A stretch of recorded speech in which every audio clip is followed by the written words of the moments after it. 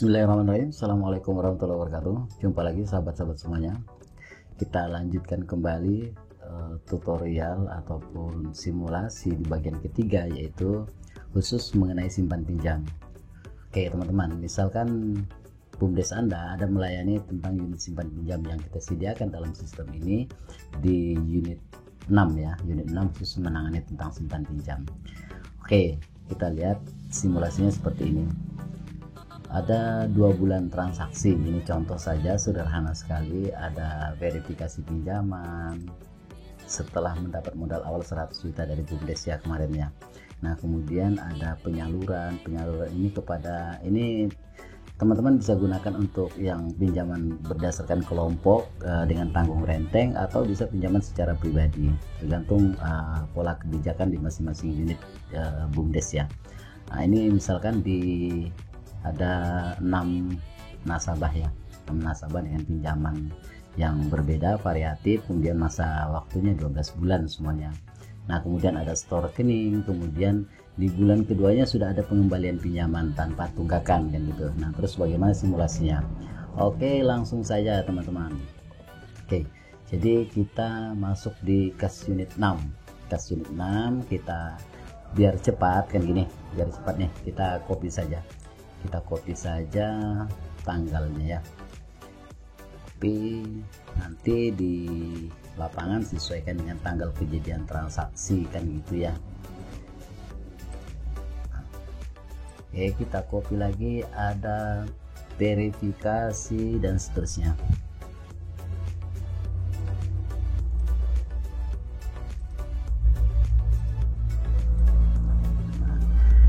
Ada biaya verifikasi pengajuan pinjaman kepada unit, kemudian diverifikasi. Nah verifikasi ini tinggal teman-teman pilih, ada biaya verifikasi ya, ada biaya operasional lainnya, promosi, entertainment, kemudian verifikasi dan seterusnya ya. Nilainya berapa, pengeluarannya 100.000. Nah kemudian ada penyaluran pinjaman ke masing-masing nasabah, nilainya kita copy saja.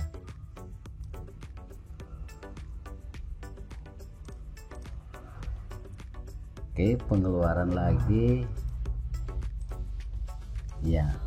Nah kemudian jangan lupa, kalau penyaluran pinjaman kepada nasabah, akun transaksinya harus diisi, yaitu piutang ya, saldo pinjaman. Nah karena ini sama semuanya, tinggal kita copy,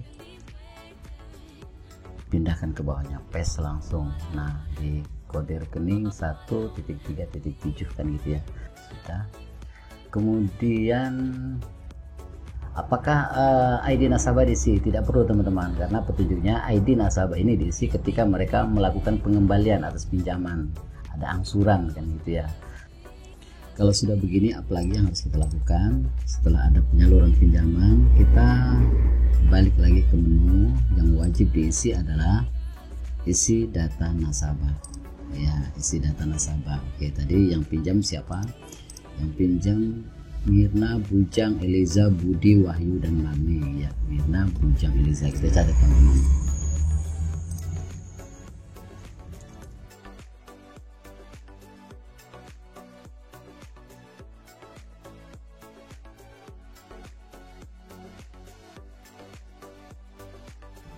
Ya, seterusnya jumlah pinjaman masing-masing, kemudian tanggal penyaluran kan gitu ya, karena itu wajib diisi jumlah pinjaman. Nah kemudian tanggal salur ini kan tadi tanggal 7 ya, tanggal 7 tinggal di copy saja.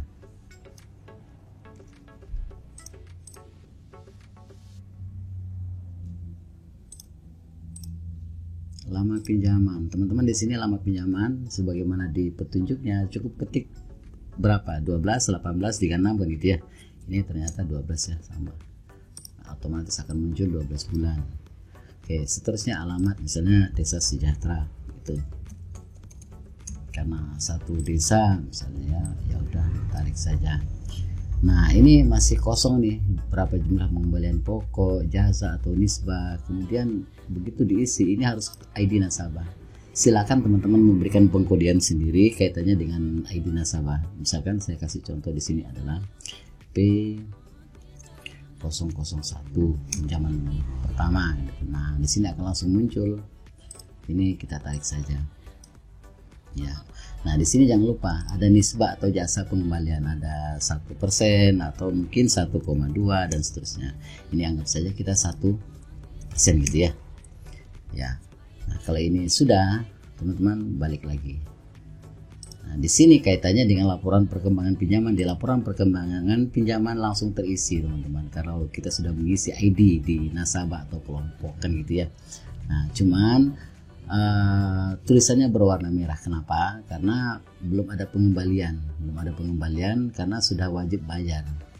Nah, kalau misalkan saja di data awal ini kita ganti misalnya menjadi bulan 1 gitu ya, tanggal 31 Januari misalkan.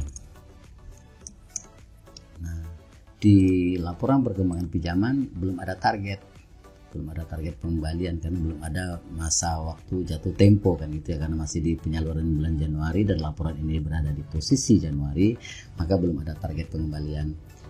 Oke, jadi kita balikan lagi misalkan di bulan 2, sekarang sudah di bulan 2 atau di tanggal 28 Februari, bulan laporan kan gitu ya.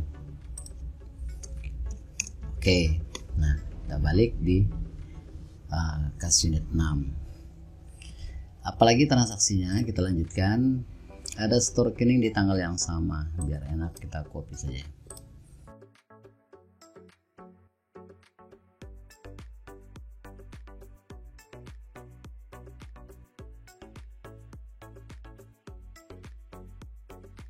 Nah, ada store rekening 50 juta teman-teman.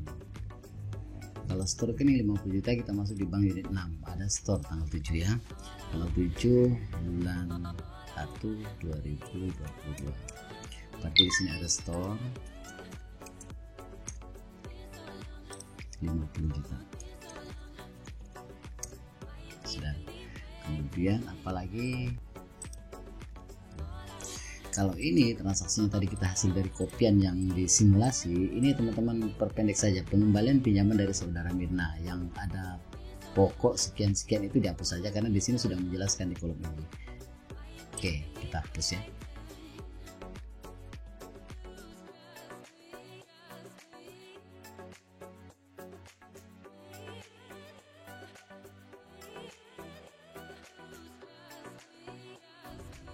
Nah, selesai. Kita ingin mengisi berapa pengembalian pokok dan jasa. Jadi teman-teman, kalau misalkan dari contoh simulasi ini mereka mengembalikan tepat waktu, kemudian mereka mengembalikan sesuai dengan jumlah wajib angsuran pokok dan jasa misalkan gitu.